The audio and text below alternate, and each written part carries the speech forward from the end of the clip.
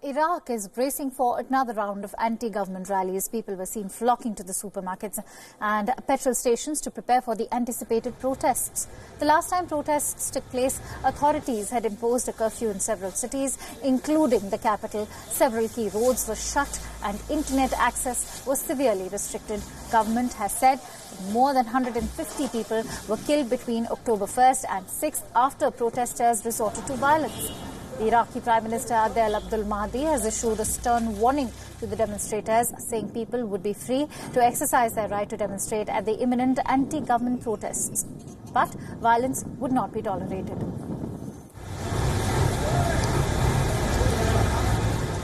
سنجري الأسبوع القادم تعديلات وزارية بعيدا عن مفاهيم المحاصصة وتركز على الكفاءات واستقلالية الوزراء وحضور متزايد للمرأة والشباب. تقليص رواتب المسؤولين حتى الدرجة الرابعة من الرئاسات والوزراء وأعضاء مجلس النواب والدرجات الخاصة والوكلاء والمدراء ليصل في الحالات العليا إلى النصف. تطبيق فوري لقانون الأحزاب روحا ونصا بمنع أن تكون للمجاميع المسلحة أحزابا تمثلها. فأما أن تلقي المجاميع التي تشكلت خلال المرحلة الماضية لأسباب مختلفة سلاحها لتتحول بالكامل إلى حزب سياسي. أن استقالة الحكومة اليوم بدون توفير البديل الدستوري معناه ترك البلاد للفوضى. Iraq was rocked by protests in early October that first started as a movement against corruption and unemployment, but quickly evolved into calls for an overhaul of the entire political system of the country. The protests quietened after a crushing response by security forces and are set to resume today. The day marks a year since the embattled Prime Minister Mahdi came to power. According to the World Bank, 1 in 5 people lives under the poverty line in the country.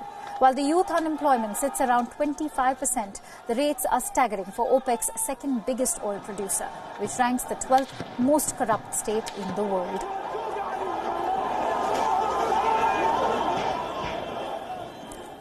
So I'll bring you the latest from the Brexit front, as UK's Prime Minister Boris Johnson has called for elections on December 12th amid the Brexit chaos. Johnson also said that he would give the MPs more time to debate the Brexit deal if they agreed to elections on December 12th.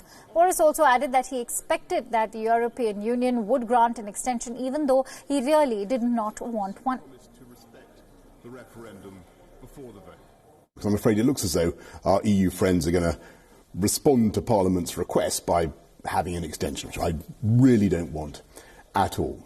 So the way to get this done, the way to get Brexit done, is, I think, to be reasonable with Parliament and say if they genuinely want more time to study this excellent deal, they can have it, but they have to agree to a general election on December the 12th. And that's the way forward. He added that his decision will give Parliament the chance to get Brexit done before the election. But if the lawmakers refuse to take this chance and fail to ratify by the end of 6 November, then the issue will have to be resolved by a new Parliament. Boris Johnson also tweeted a letter that he wrote to the opposition Labour leader, Jeremy Corbyn, asking him to support a general election on December 12th. Meanwhile, opposition leader Jeremy Corbyn has said that he would wait for the decision of the European Union before voting for the election. The Labour Party leader also reiterated that he would back the election only and only if a no-deal Brexit was off the table.